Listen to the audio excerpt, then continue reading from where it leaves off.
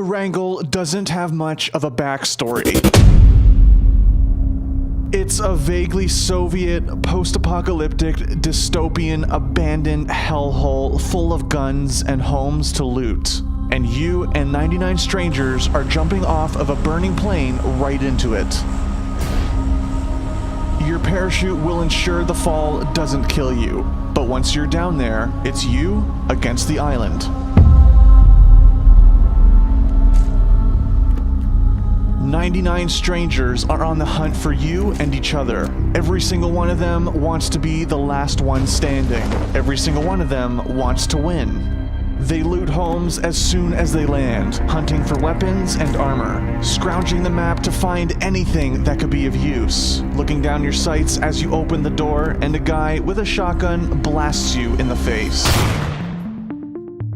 People have always wanted a battle royale video game, but it never happened. First came the original Teen Deathmatch Island Battle Royale. The Japanese book and movie told the story of 42 students dropped on a deserted island and forced to kill each other until only one was left.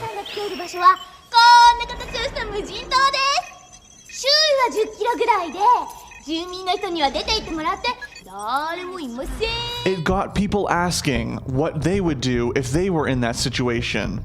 But the movie was not released in the West for years, leaving it an obscure cult classic. Then, years later, Hunger Games came around, and it reignited the fire.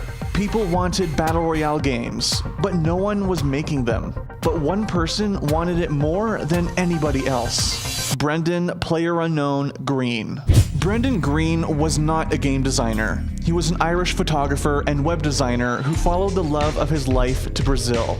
2 years later, he was divorced and looking to get his life back on track. He made it back home to Ireland, and while living on welfare, Green discovered the games Arma and DayZ. For those who don't know, Arma is a hyper-realistic military shooter known for the scale of its combat, its attention to detail, and graphic fidelity.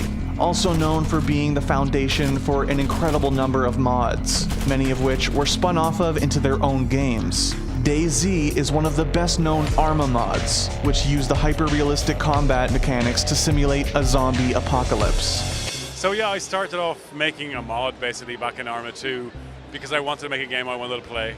I saw games like the Survivor games, which were events for streamers, and I wanted to play that myself. So I decided to see if I could actually make one, and Arma 2 Battle Royale was born. The Battle Royale mod for Arma 2 was a departure from the tightly directed experiences offered by AAA games like Assassin's Creed. Green was not interested in those types of games. He wanted something looser, something grittier, something that gave you the freedom to show what you would do in a battle to the death. As DayZ broke free of Arma and became a standalone game, other developers took notice of how popular Green's mods were in the niche Arma community.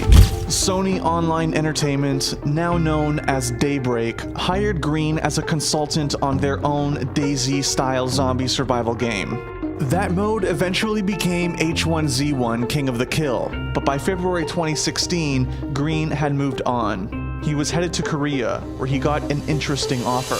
Chang-Han Kim, a Korean game designer working for Bluehole, wanted to make a battle royale game. He was inspired by DayZ, but when he researched the battle royale format more and more, he kept coming across Green. And less than 1 month later, he was Bluehole's creative director. Development moved fast. Green and Kim's team had the autonomy to create the game that they wanted, and they wanted it to be playable within 1 year.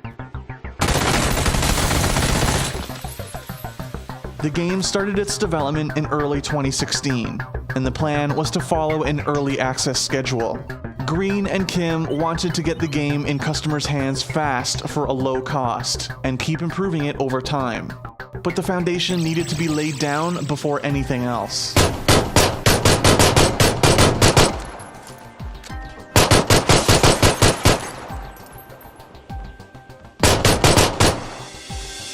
The team made a small game. One map, one mode, a handful of weapons were added after the launch, but from the day it was released on early access in March 2017 to today, Battlegrounds has been the same game. However, when it first came out, there wasn't quite anything like it. Sure, Green's mods were still out there, but mods are never quite as popular as standalone games. Battlegrounds was a breath of fresh air amidst the high-budget, lavishly produced shooters on the market. It was messy. It was tense.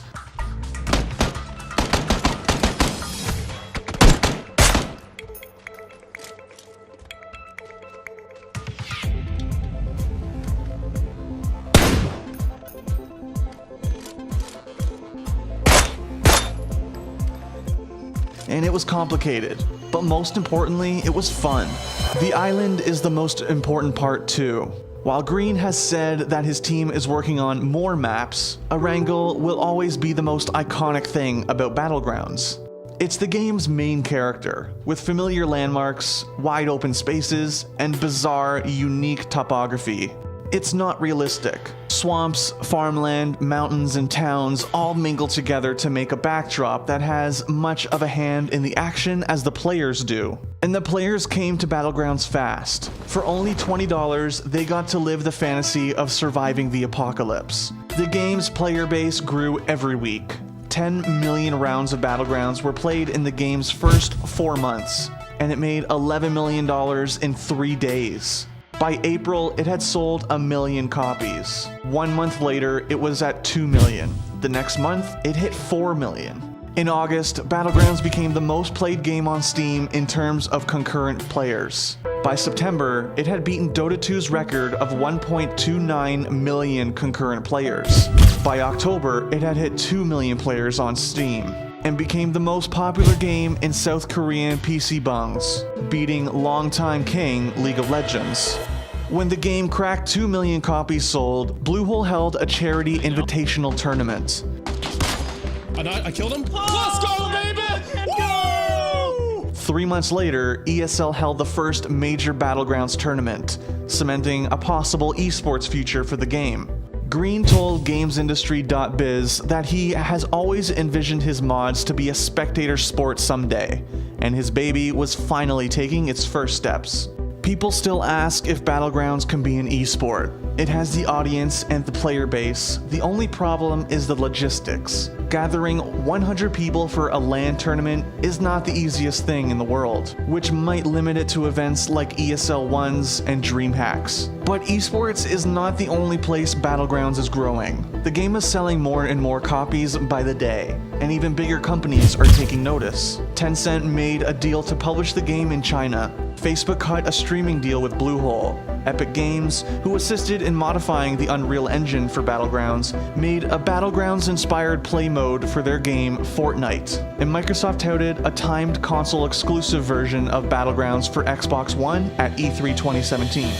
We can't wait to bring PlayerUnknown's Battlegrounds exclusively to Xbox One later this year, with an update for Xbox One X enhancements shipping with the final version. Battlegrounds' future is bright. There's no sign that the game will stop growing anytime soon, and with imitators starting to crop up, that just gives Battlegrounds more chances to innovate and be better than the competition. Battlegrounds is the beginning of a new video game genre, and no one saw it coming.